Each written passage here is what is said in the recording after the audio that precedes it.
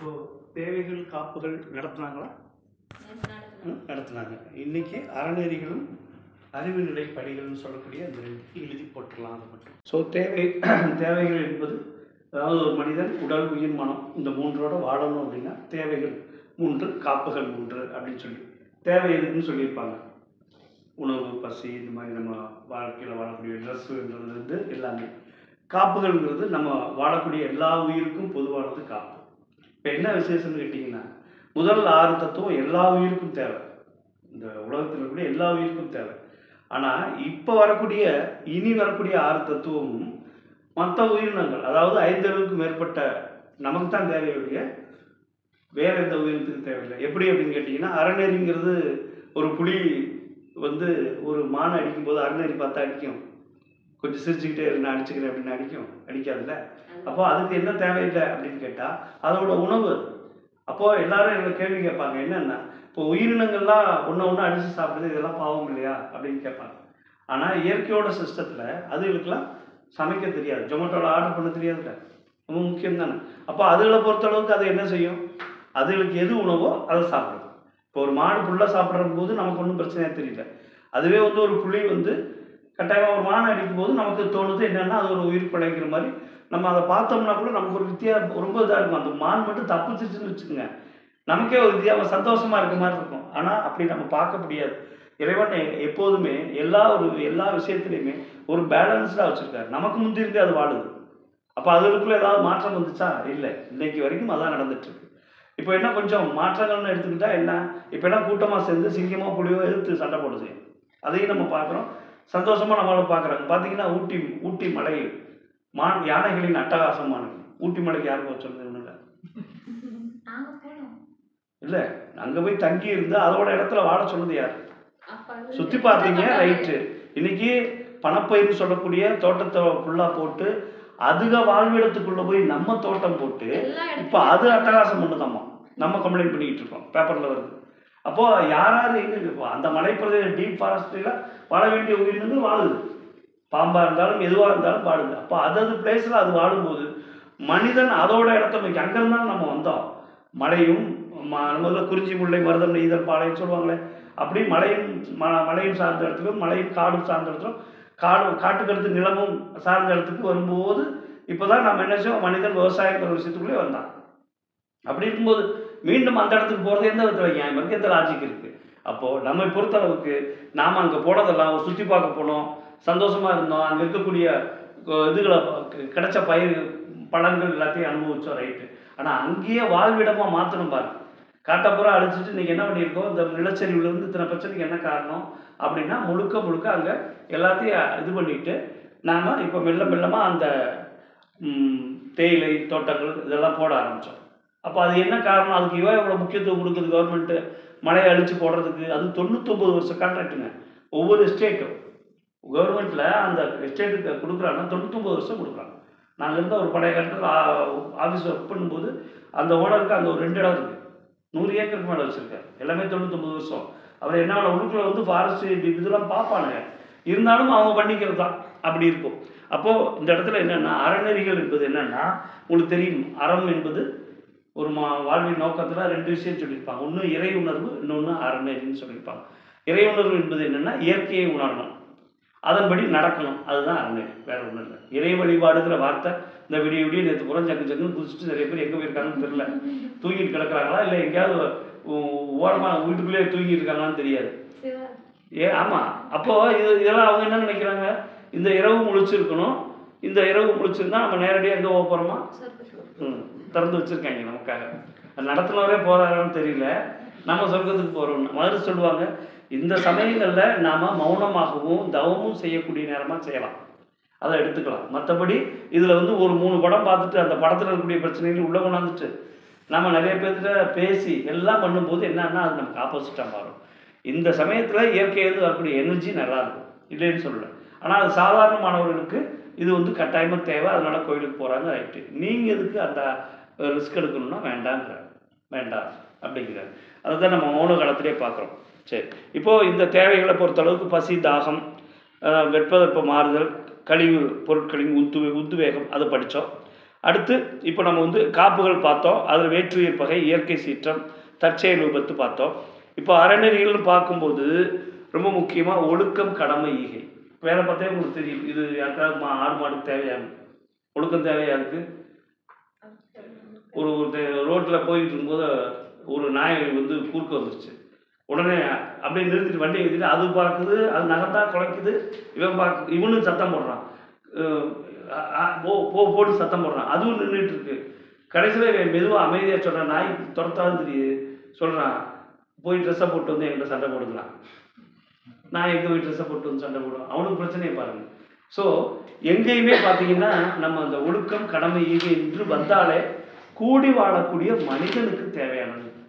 இதுதான் அந்த சப்ஜெக்டில் வந்து நமக்கு தெரியுது. அதில் வந்து என்ன முக்கியம்னா ஒழுக்கம்னா மகரிஷி என்ன சொல்கிறாங்கன்னா, நம்ம ஸ்கூலுக்கெல்லாம் போகும்போது கிளாஸ் எடுக்க போகும்போது கேட்போம் பசங்கள்கிட்ட, ஒழுக்கம்னா என்னென்னு கேட்டோம்னா, சார் கரெக்டாக டைமுக்கு ஸ்கூலுக்கு வர்றது சார், யூனிஃபார்ம் போடுறது சார், இது நம்ம ஹோம்ஒர்க்லாம் கரெக்டாக முடிச்சுட்டு வர்றது சார், இந்த பக்கத்தில் இருக்கிற காம்பஸில் குத்துறது எதிரான்னு கேட்டால் பையன் அப்படியே பார்த்துட்டு இருப்பான். அதாண்டா ஒழுக்கம்னா என்ன சார் புதுசாக இருக்குங்கிறாங்க.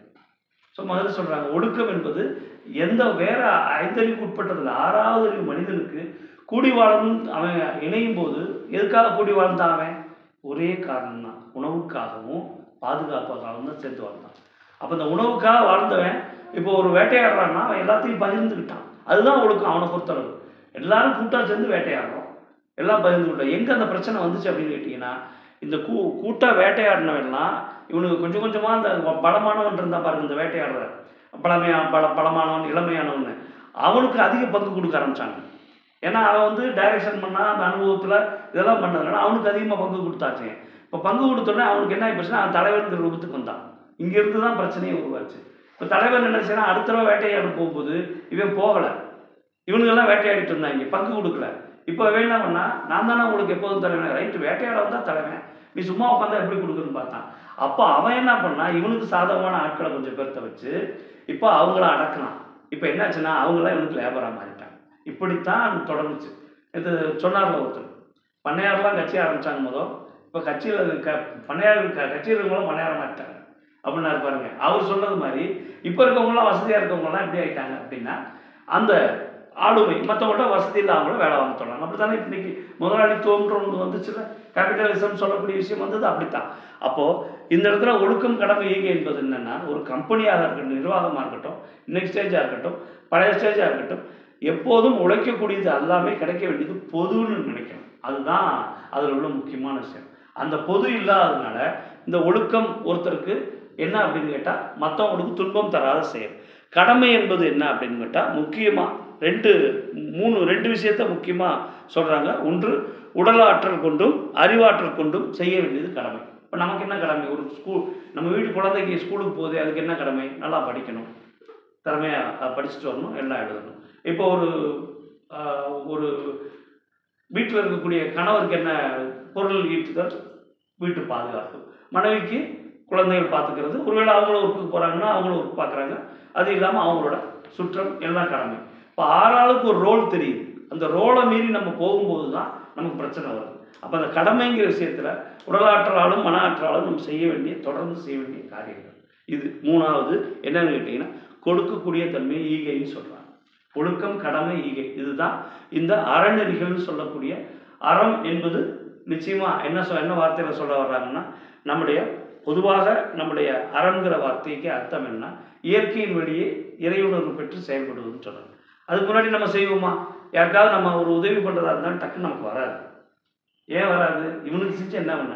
அதுலேயும் சில பேர் பிச்சை போடும்போது இப்படி மேலே எங்கேயும் பார்க்குறான், போடுறானா இல்லையோ, பார்த்துட்டு நீ எல்லாம் வேலைக்கு போனால் என்னங்கிறான். அதெல்லாம் விட்டுட்டு தானே வந்திருக்கான், உனக்கு என்ன பிரச்சனை, நீ கொடுக்குறதா தான் கொடு, இப்படின்னா போயிட்டே இருக்க வேண்டியதானே, இப்போ நீ எல்லாம் வேலை பார்த்தா என்னன்னு கேட்குறான், அப்படிங்கிறான். அவன் பாருங்க, யோசிச்சு பாருங்க, ஒருத்தர் பிச்சை எடுக்கணுங்கிற நிலைமைக்கு வந்திருக்கான்னா 2 காரணம். ஒன்று, நியாயமாக ஆதரவு இல்லாமல் தன்னால் உடலால் உழைக்க முடியாதவங்க ஒன்று, டிசாபிலிட்டிஸ்ன்னு சொல்லக்கூடிய இந்த உடல் ஊனமுற்றவர்கள், இது ஒரு பக்கம். இன்னொரு பக்கம் என்னன்னு கேட்டால், அவன் வேலை செய்கிறதுக்கோ இல்லை பொறுப்பில் இருக்கிறதுக்கோ ஆசைப்படாமல் சோம்பேறித்தனமாக இருக்கிறது தான் பிச்சை எடுக்குவாங்க. இப்போ நீங்கள் அவனுக்கு போய் அட்வைஸ் பண்ணி என்ன, உன்னால் முடிஞ்சால் போடு, இல்லைன்னா போய்கிட்டே இருக்கிறாங்க. அவனுக்கு பேசிக்கிட்டு இருக்காங்க. கடைசியில் அதனால் வந்து எப்போதும் என்ன சொல்கிறாங்க அப்படின்னா, ஈகை என்பது உங்களுக்கு தேவையான உங்களுடைய பொருளீட்டல் உங்களுக்கு தேவையானது போக மீறி உள்ளதை உங்களால் கொடுக்க முடிஞ்சுன்னா அது ஈகை. அவ்வளோதான். அதில் ஒவ்வொருத்தரும் ஒவ்வொரு மாதிரி பண்ணலாம். என்ன செய்யலான்னா, அதுலேயும் அவங்க சொல்லும்போதே என்ன சொல்கிறாங்க அப்படின்னா, துன்பம் செய்யாதிருத்தலும் துன்பம் போக்குதலும், இந்த ரெண்டும் தான் ஈகைங்கிறாங்க. அதாவது ரொம்ப நல்ல விஷயம்னா, நம்ம வீட்டில் இருக்கவங்களுக்கு துன்பம் கொடுக்காததே ஈகைங்கிறார். கஷ்டப்படுத்தாமல் இருக்கிறதே ஈகைங்கிறார். அவ்வளோதான். உங்களுக்கு உதவி பண்ணுறது வந்து பெரிய ஈகைன்னு சொல்லலாம். அப்படி வேணால் சொல்லிக்கலாம். நம்ம அப்படி தான் சொல்லிக்கணும்னு தோணுது இப்போ. ஏன்னா வேறு வழியே இல்லை. ஒவ்வொரு கட்டத்திலையும் ஒவ்வொருத்தரோட வாழ்க்கையும் அப்படித்தானே இருக்குது. இன்றைக்கி எங்கே போனாலும் ஒருத்தர் ஒன்று சார்ந்து இருக்காங்க, இல்லை ஒருத்தர் டாமினேட் பண்ணுறாங்க. இந்த ரெண்டு தானே இருக்குது. அப்போ நமக்கு அந்த வாழ்க்கையில் சுதந்திரமும் இருக்காது, வாழ்க்கையோட நோக்கமும் நமக்கு முழுமை அடையாதில்லை. அதனால தான் சொல்கிறாங்க, இந்த ஒழுக்கம் கடமை ஈகை என்பது மனிதனுக்கு தேவைப்படக்கூடிய ஒரு அம்சம். அதுக்கடுத்து ரொம்ப முக்கியமாக மகர்ஷி சில பாடல்கள் மூலமாகவும் ஒழுக்கம் கடமை ஈகை பற்றி நிறைய கொடுத்துருப்பாங்க. அதுக்கடுத்து இப்போ நாம் வர்றது தான் நம்முடைய வாழ்க்கையில் இது வரைக்கும் பக்தி யோகம், கர்மயோகம், ஞான யோகம், இது அடுத்து இப்போ நாம் பார்த்துட்டு இருக்க ராஜயோகம், இதெல்லாம் வந்த வே ஆஃப் ரூட். என்னென்னா அறிவு நிலை படிகள். மனிதன் நாம் சொன்ன மாதிரி கூட்டமாக வாழ்கிறான், அவனுக்குன்னு ஒரு தலைவன் இருக்கான், எல்லோரும் சேர்ந்து வேட்டையாடுறாங்க, அவங்களுக்கு தேவையானதை பங்கு போட்டுக்கிட்டாங்க, அவங்களோட பிரச்சனையை தீர்த்துக்கிட்டாங்க.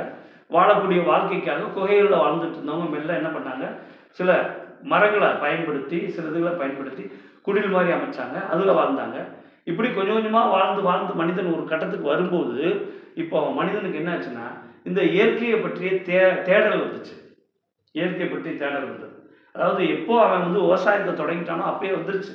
இருந்தாலும் இயற்கையை பற்றி தேடல் வந்தது. எந்த காலத்தில் மழை பெய்யுது, எந்த காலத்தில் விதை வளருது, மரம் வளருது, தனக்கு தேவையான பொருள் எப்போ கிடைக்குது அப்படிங்கிற அந்த கணக்கு போட ஆரம்பித்தான். அப்போ தான் அவனுக்கு என்ன ஆச்சுன்னா, ஒரு விஷயம் இயற்கையை பற்றி தெரிஞ்சது. ரெண்டாவது, இந்த இயற்கையோட ஒத்து போனால் மட்டும்தான் நம்மளால் வாழ முடியுங்கிறது தெரிஞ்சது. அங்கே தான் அவன் என்ன அவனோட அறிவுங்கிறது வளர்ந்துச்சுருந்தார். மறு சொல்வார், எப்போது விவசாயம்னு ஒரு விஷயம் ஆரம்பிச்சிச்சோ அப்போ தான் மனிதனோட கண்டுபிடிப்புகள் அறிவு என்பது முதல்ல வந்துச்சுங்கிறார்.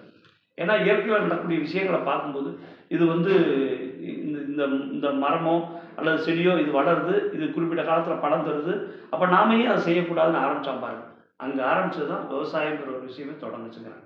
அது நிச்சயமாக எங்கள் சமவெளி பகுதியில் தான் தொடங்கியிருக்கும். ஏன்னா மனிதனுக்கு தண்ணின்னு எதுவுமே கிடையாது, ஆற்றுல போகிற தண்ணி. அப்போ தான் வந்துச்சு என்னென்னா, சமவெளி பகுதியில் எங்கே விவசாயத்தை பண்ணால் வாழ முடியும்னு பார்க்கும்போது இந்த உலகத்தில் தோன்றிய அத்தனை நாகரீகங்களும் எங்கே உருவாச்சுன்னா, நதியோரத்தில், கடலை ஒட்டி, இந்த மாதிரி இடத்துல தான் உருவாச்சு. அப்போ ஏன் அது உருவாச்சுன்னா, இவனோட விவசாயத்துக்கு உதவி பண்ணக்கூடியது தண்ணி வேணும். அப்போ அந்த தண்ணியை என்ன செய்யணும், பழைய காலத்தில் வாய்க்காலோ மோட்டாரோ எதுவுமே கிடையாது. அதனால் வந்து அப்போ தொடங்குச்சு. நான் ஒரு இதில் மோட்டார் கம்பெனியில் டெக்ஸ்மோன்னு சொல்லக்கூடிய ஒரு பெரிய கம்பெனி ஒன்று இருக்குது. அந்த மோட்டார் கம்பெனியில் ஒர்க் பண்ணிகிட்டு இருந்தேன். அப்போது ஒரு எலக்ட்ரீஷியன் வந்து ஒரு 10 நாளாக வரல, லேட்டாக வந்தார். வந்தோடனே பார்த்தீங்கன்னா ஆள்லாம் ஒரு மாதிரி உடம்பு சரியில்லாத மாதிரி இருந்து வந்தார். என்னாச்சுங்க, இப்போ ஏதாவது என்னாச்சு அப்படின்னு, உடம்பு சரியில்லையா, காய்ச்சலாங்க? இல்லைங்க, நான் ஒரு இடத்துல போய் அங்கே வந்து பம்பு மோட்டார் தனித்தனியாக இருக்கும். இவர் என்ன பண்ணுவாங்கன்னா, அந்த சில பேர் என்ன செய்வாங்கன்னா கிணத்து மேலே வச்சுருப்பாங்க, சில பேர் கிணத்துக்குள்ளேயே ஒரு இது மாதிரி கட்டி வச்சுருப்பாங்க. அதுக்குள்ளே இவர் என்ன பண்ணியிருக்காருன்னா, முதல் தோட்டம் அந்த கிராமத்தில் உள்ளே போய் மெயின் ஆஃப் பண்ணிவிட்டு உள்ளே போய் அந்த பம்பு மோட்டாரையும் கழட்டிகிட்டு இருந்திருக்காரு. பெட்டுன்னு சொல்லுவாங்க, இப்படி 2 சேனல்ஸ் மாதிரி வச்சுருப்பாங்க, கழட்டிகிட்டு இருந்திருக்காரு. அந்த வழியாக ஒரு அம்மா என்ன பண்ணியிருக்கு, ஊருக்கு போயிட்டு எங்கேயோ டவுனுக்கு வந்துட்டு திரும்பி போகும்போது கரண்ட் இருக்கா இல்லையான்னு அந்த அம்மாவுக்கு சந்தேகம் வந்துருக்கு.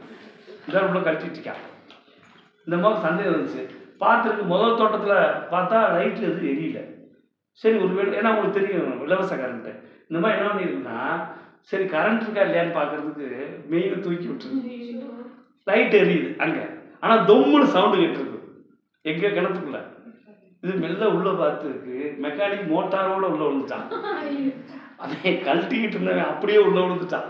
அவனுக்கு அந்த கனெக்ஷன் வந்ததும் அவன் அந்த பயத்திலேயே அவன் உள்ளே விழுந்துட்டான். இது பேசாமல் போயிருக்கலாம். உள்ளே திரும்பி, தம்பி என்ன வேண்டா மோட்டாரோட தண்ணியிலே கேட்டு, இத்தனை வார்த்தை தான் பேசணும் இல்லை, இவளே பேசி அசிங்கப்படுத்தி அந்த ஆள்தான் விழுந்து அதுதான் வந்து சேர்ந்தது. அது அவருக்கு சொல்லும் போதே அந்த அளவுக்கு கோபம், அவ்வளோ கோபம். இவளுக்கு கரண்ட் லைட் எரியணும்னு தெரிஞ்சுக்கிட்டா எங்கேயாவது பார்த்து தெரிஞ்சுக்கிட்டேன். அவுட்புட் ஒன்று இருக்குது, இன்புட் ஒன்று. இந்த அம்மா வந்து அவுட்புட்டில் பார்த்துருந்தா கூட லைட் எரிய தெரியும் அங்கே. இந்த அம்மா வந்து சுவிட்சை போட்டு பார்த்துட்டு கேட்குது, ஆள் என்ன பண்ணுறான்னு அவனை போய் மோட்டாரோட உள்ளே விழுந்தவனை போய் கேட்டான். அவன் வந்து அந்த காயெல்லாம் இது பண்ணுறதுக்கு அதுதான் சொல்கிறேன்.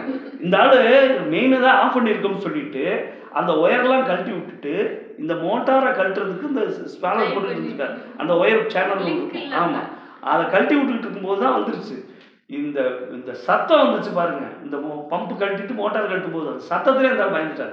அங்கேயும் உள்ள லைட் இருக்கும், சின்னதாக மூணு மூணு மூணு லைட் இருக்கும், அங்கேயும் உள்ள கனெக்ஷன் வருதான். அந்த லைட் எரியுமே இருந்தாலும் பயந்துட்டார். யார் மேலே போட்டாங்களோ இல்லையான்னு தெரியல, யமதர்மன் நேராக உள்ள வந்துட்டாருன்னு அந்த முடிவு பண்ணிட்டார். ஸோ அதனால வந்து எப்போதும் பார்த்தீங்கன்னா மனிதனை பொறுத்தளவுக்கு இந்த பாதுகாப்புங்கிற விஷயத்தில் எப்போதும் இயற்கையை நம்ப தொடங்கலாம். அதாவது முதல்ல அவனோட உயிருக்கு பாதுகாப்புங்கிற விஷயத்துல தான் அவன் கவனமாக இருந்தான். அதனால தான் அவன் குகைக்குள்ளே வாழ்றது அதுன்னு வாழ்ந்தான். இப்போ இந்த வீடு அல்லது குடில் மாதிரி இவை கட்டி வாழுது பாருங்க. ஆரியர்கள் உள்ள இந்தியாவுக்கு வந்தபோது கைபர் போலன் களவாய் வழியாக உள்ளே வந்தபோது அவங்க வந்தது பூரா மாடுகளை ஆடுகளை மேய்க்கிறதுக்கு தான் வந்தாங்க. மேய்க்க வந்தவங்க பார்த்துருக்காங்க. அவங்க பார்த்த முதல் விஷயமே நம்மக்கிட்ட தமிழர்கிட்ட பார்த்த பெரிய சிறப்பான விஷயமே என்ன, கல் வச்சு வீடு கட்டியிருக்கோம். அது அவங்க நாகரீகத்திலேயும் தெரியாது. செங்கல் இருக்கு பார்த்தீங்களா, அந்த மாதிரி கல்லுகளை வச்சு இந்த பாறைகளும் கல்லுகளை வச்சு நம்ம வீடு கட்டியிருக்கிறத பார்த்தா அவன் அதிசயப்பட்டிருக்கான். இல்லைனா இங்கே இருக்கவங்களாம் இவ்வளோ அறிவாக இருக்காங்க. ஆனால் என்ன பிரச்சனை கேட்டிங்கன்னா இவங்களுக்குள்ள ஒற்றுமை இல்லைங்கிறது தெரிஞ்சோடனே தான் அவங்க லீடரா மாறிட்டான். ஸோ இந்த இடத்துல மெயினான விஷயம் என்னென்னா இந்த மனிதனோட நம்பிக்கை என்பது தான் முதல்ல தொடங்குச்சு. அதாவது இந்த உணவுக்காக பாதுகாப்புக்காக மனிதன் போராடும் போது அது இயற்கைக்கிட்ட தான் இருக்குது. இயற்கையில் தான் நம்ம பெறணும் போது அந்த நம்பிக்கையை அவன் வளர்க்க தொடங்கணும். அந்த நம்பிக்கையை அவன் கொண்டு போனது முதல் விஷயத்துலன்னா அதைத்தான் என்ன சொல்கிறாங்க, பக்தி மார்க்கம்னு சொல்கிறாங்க. ஆனால் இப்போ பிளைண்டாக அதுக்கு ஒரு பேர் வச்சிடுறாங்க. பட் முந்தி பக்தி மார்க்கம்ங்கிற ஒரு அடிப்படையில் வரல. அவன் இயற்கையை மதித்தான், இயற்கையை வணங்கினா. இயற்கை இன்றைக்கி நான் உங்களுக்கு அன்றைக்கி சொன்ன மாதிரி தான் பொட்டேட்டோ டான்ஸ்ன்னு சொல்லி ஒன்று யூடியூப்பில் போட்டிங்கன்னா வரும். நியூஸ்லாந்து இருக்கக்கூடிய ஒரு குரூப் மக்கள் அவங்க என்ன பண்ணுறாங்க, அவங்க அந்த டான்ஸ்லேயே அவங்க பாடக்கூடிய பாடல்களே என்ன வருது அப்படின்னு கேட்டால் ஒரு ஒரு ஹிஸ்ட்ரியில் அதை ஆராய்ச்சி பண்ணி எழுதியிருக்கான். அவங்க எந்த கடவுள் வழிபாடும் கிடையாது, ஒன்றுமே கிடையாது. ட்ரைபல்ஸ் அவங்க காட்டுக்குள்ள இருக்கக்கூடிய பழங்குடியினர். அவன் என்ன பண்ணுறான், அவனு அப்போ தான் அந்த செடி இந்த இதுகளெல்லாம் நிட்டு இது பண்ணி பண்ணுறான். அப்போ காற்று மழையும் வந்து அதை அடிக்கிறது, அதை அழிச்சிறது அவன் பார்க்குறான். அப்போ என்ன செய்யணும், இந்த காற்று மழையும் நம்மளை ஏன் வந்து நம்ம உணவு பயிரை கெடுக்குது அப்படின்னு சொல்லிட்டு அதை வணங்கினா தான் அது போகும் அப்படின்னு ஏதோ ஒரு முடிவுக்கு வந்து சப்போர்ட் பண்ணணும்னு சொல்லிட்டு இவங்க எல்லாம் ஒன்றா சேர்ந்து அந்த காற்றையும் மழையும் வணங்க தொடங்குறாங்க. இங்கே தான் தொடங்குச்சு ஹிஸ்ட்ரிங்கிறாங்க இந்த பாதுகாப்புக்காக. அப்போ பாருங்கள், இவங்களுக்குள்ள சரியான மொழி கிடையாது, இவங்களுக்குள்ள எந்த கடவுள் வழிபாடும் கிடையாது. பிரார்த்தனை தான் ஃபஸ்ட்டு தொடங்கிருக்கு. பிரார்த்தனை, வேண்டுதல், அதுதான் மாதிரி சொல்லுவாங்க. பிரார்த்தனை, வேண்டுதல், வாழ்த்துதல் எல்லாமே ஒன்றும் பாரு. அப்போ என்ன செய்யறான், பிரார்த்தனை பண்ணுறான், வேண்டுதல் பண்ணுறான். எங்களுக்கு காற்று வரக்கூடாது, மழை வரக்கூடாது, இந்த செடி வளரணும், எங்களுக்கு தேவையான உணவு. அதான் அவங்க பாட்டாக பாடுறாங்க. அந்த பாட்டு தான் இன்றைக்கும் யூடியூப்பில் இருக்கக்கூடிய அந்த பழைய பாடல்கள் இருக்குது. அவங்க அந்த ட்ரைபல்ஸ் இன்னும் அந்த வேலையை செய்கிறாங்க. இப்போ கொஞ்சம் மாடர்ன் ஆகிட்டதுனால அதெல்லாம் இவங்க பண்ணுறதெல்லாம் போய் எடுத்துகிட்டு வந்துட்டாங்க, வீடியோவாக எடுத்துருக்காங்க. இன்றைக்கி அதை வச்சு மிமிக்ரி பண்ணி அதை வந்து உங்களுக்கு அப்படி இப்படி அடுத்த ஸ்டேஜ் கொண்டாண்டாங்க. அப்போ என்ன அவங்க பாடுறாங்க அந்த பாட்டில் பாருங்கள், இந்த தோட்டத்தில் நாங்கள் வச்ச அந்த பயிர் நல்லா வளரணும், வளர்ந்து இங்கே இருக்க எல்லாத்துக்கும் பசியை போக்கணும், நாங்களாம் சந்தோஷமாக இருக்கணும். அதாவது அவன் பாவனையில் கற்பனையிலேயே இந்த பாட்டை பாடுறான். அப்படி வேண்டிட்டு அப்படி மரங்கள் வளர்ந்து அவனுக்கு இந்த செடிகள்லாம் அந்த கிழங்குகளெல்லாம் கொடுத்தோடனே அந்த கிழங்கு கொடுத்தது இறைவன் நினச்சான், அதை இயற்கையை நினச்சான். அதனால் அந்த தோட்டத்துக்குள்ளேயே வச்சு அவன் வணங்கினான். இதைத்தான் நாம் பொங்கல் திருவிழாவில் பண்ணோம். முதல் நாள் கொடுத்த சூரியனுக்கு நன்றி சொல்கிறோம்.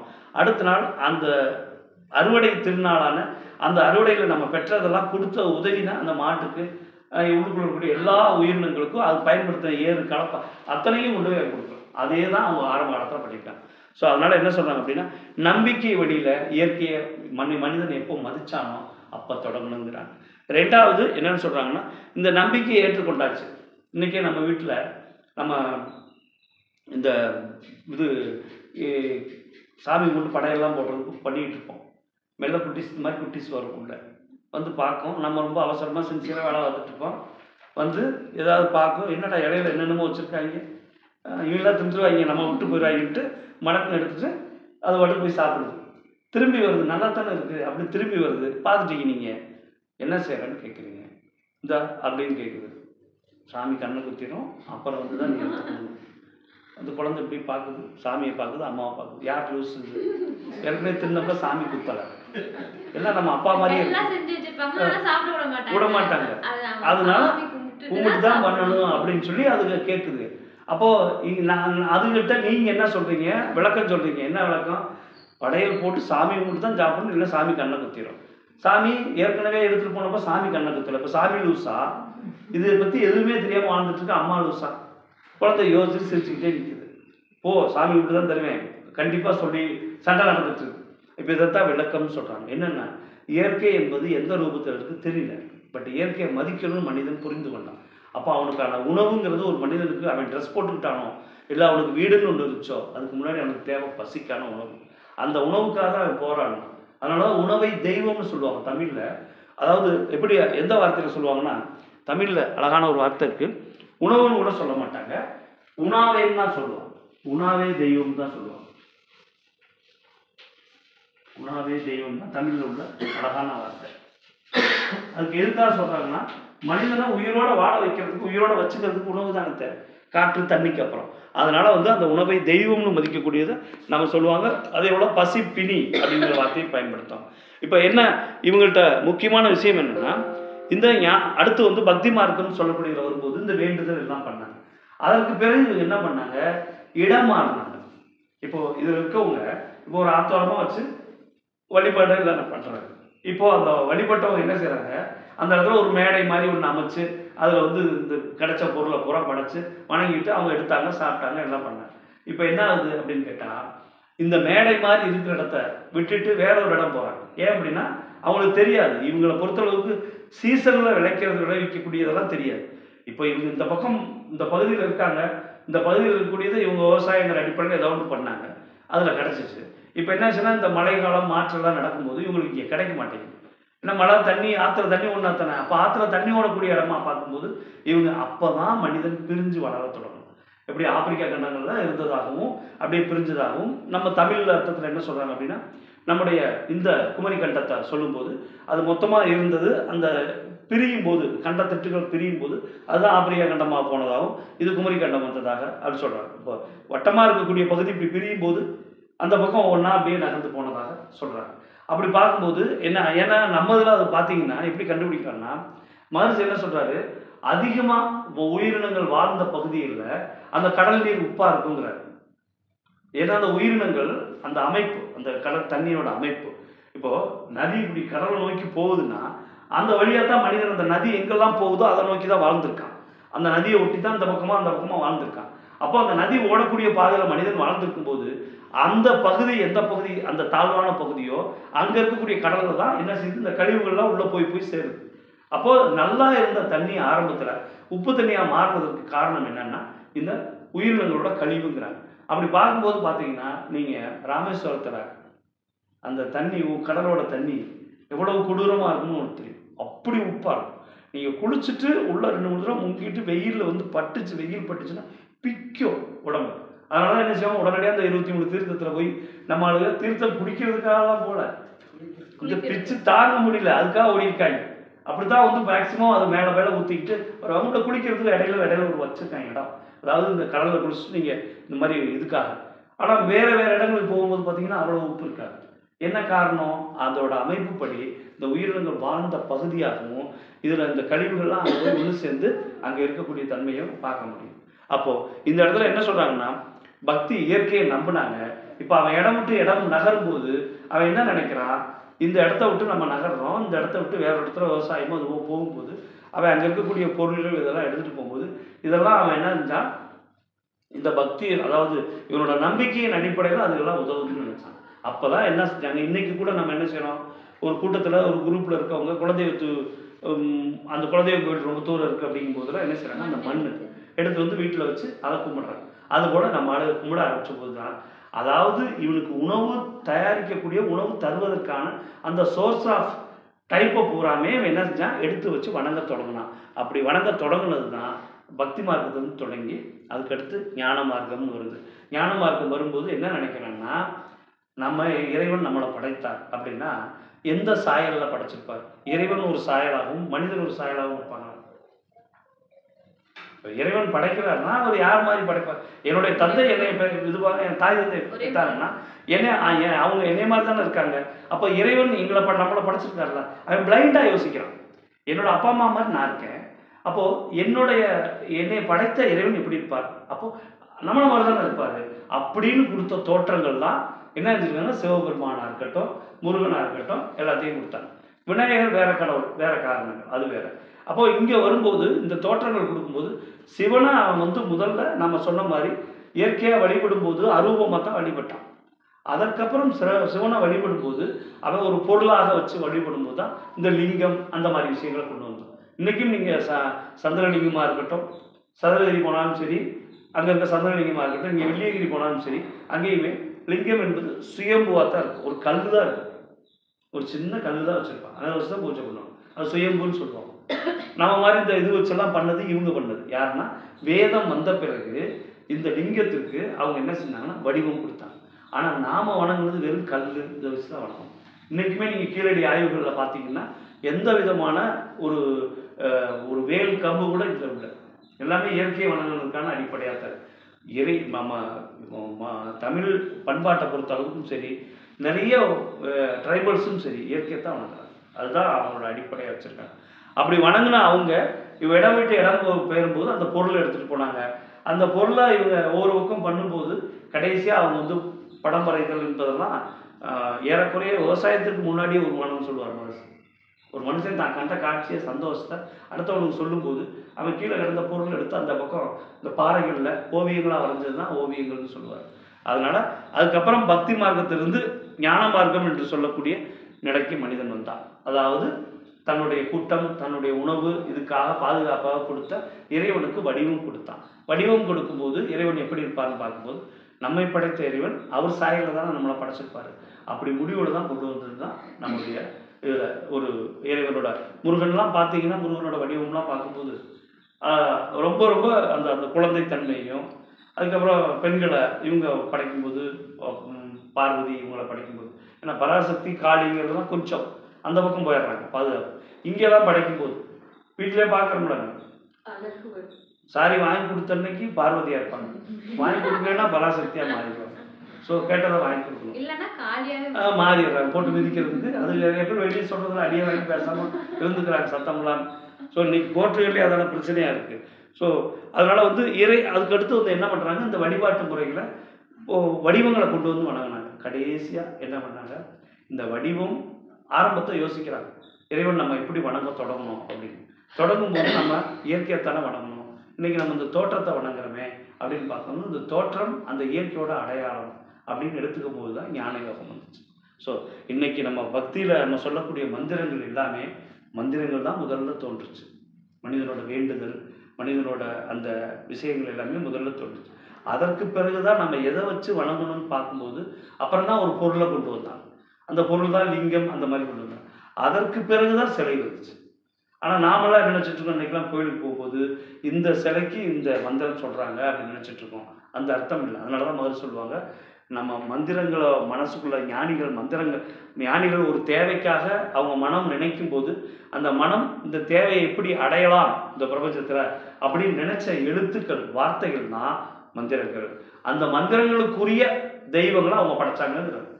அதாவது வடிவங்கள் வந்ததற்கு காரணமே மனம்தான்றார். ஞானிகளோட மனதில் தோன்றின அந்த எண்ணம் தான் இந்த உருவத்தை உருவாக்குச்சு. நாம நினைக்கிறோம் சரஸ்வதி கல்விக்குரியவங்க, அவங்க இந்த வெண் தாமரையில் உட்கார்ந்துருக்கணும் அப்படின்னு சொல்லணும். அதுக்கடுத்து இவங்க செல்வத்தை தரக்கூடிய லட்சுமி, இவங்க சிவப்பு தாமரையில் உட்காந்துருக்கணும், அவங்க கையில் காசு வரவு இல்லைன்னு நம்புறது நம்ம வேலை கேட்குறா சரஸ்வதி லட்சுமின்னு கேட்குறான். ஒயிட்டன் பிளாக்காக இருந்துச்சுன்னா படம் கீழே ஒரு பானை 2 பானை இருந்துச்சு, கரெக்ட் இது லட்சுமி தான். இந்த பக்கம் புத்தகம் வந்துருச்சுங்க, அடையங்கப்பா போருப்பா, இது நிச்சயமாக சரஸ்வதியை தான் அவன். அதனால் எப்போதுமே ஒரு விளக்கம் வந்த பிறகு மனிதனுக்கு என்ன ஆச்சுன்னா அவனோட அடிப்படையை தெரிஞ்சுக்கிட்டாங்கிறாங்க.